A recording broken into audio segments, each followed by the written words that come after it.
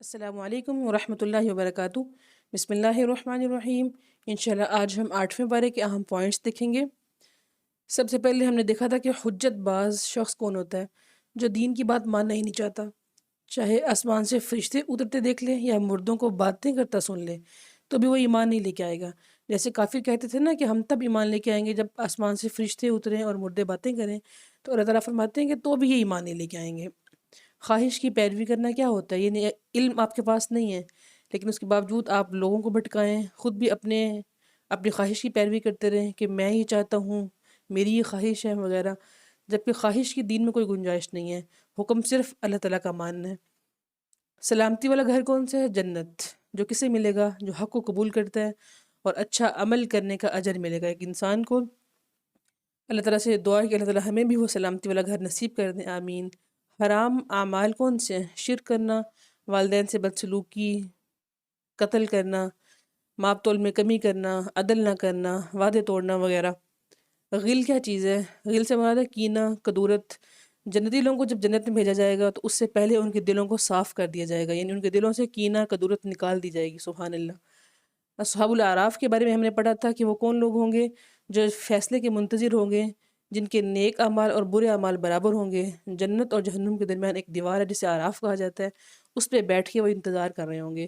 جیسے کہا جاتا ہے الانتظار اشد من الموت، کہ الانتظار اشد من الموت، کہ انتظار موت سے بھی زیادہ سخت ہے۔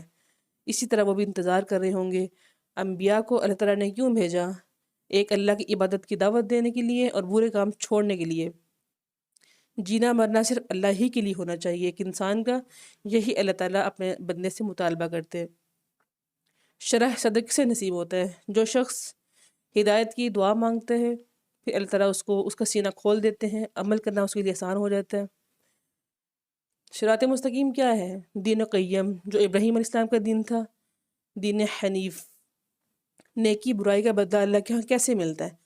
اللہ کے ہاں ایک نیکی کا اجر 10 گنا ہے اور برائی کا بدلہ اتنا ہے جتنی آپ نے برائی کی، سبحان اللہ۔ یہ ہے ہمارا وہ رحیم و کریم رب جو اپنے بندوں پہ اتنا مہربان ہے کہ نیکی تو بڑھا چڑھا کے بدلہ دیتا ہے، لیکن گناہ صرف اتنا ہی جتنا آپ نے کیا۔ شیطان نے وسوسہ ڈالا ہمارے باپ آدم علیہ السلام کے دل میں، تو انہیں جنت سے نکلوا دیا بہکا کر اور ان کو برہنہ کروا دیا۔ پھر یہی شیطان کا چیلنج ہے ایک بنی اسرائیل کو سیدھی راہ سے بھٹکانا ہے، بنی آدم کو سیدھے راستے بھٹکانا ہے۔ اسراف سے بچنے کا ہمیں حکم دیا گیا، یعنی کھانا پینا ہے، پہننا ہے اعتدال کے ساتھ، اسراف نہیں کرنا، زیادتی نہیں کرنی، حد سے نہیں بڑھنا، جو اللہ کو سخت ناپسند ہے۔ شیطان نے انکار کیا اپنے تکبر کی وجہ سے، اس نے آدم علیہ السلام کو سجدہ نہیں کیا تو اللہ تعالیٰ کی رحمت سے دور کر دیا گیا۔ سوچیں، شیطان نے تو ایک سجدہ کرنے سے انکار کیا اور ہم آج کتنی فرض نمازیں چھوڑتے ہیں اور کتنے ہم اپنے رب کے سجدے سے انکار کرتے ہیں۔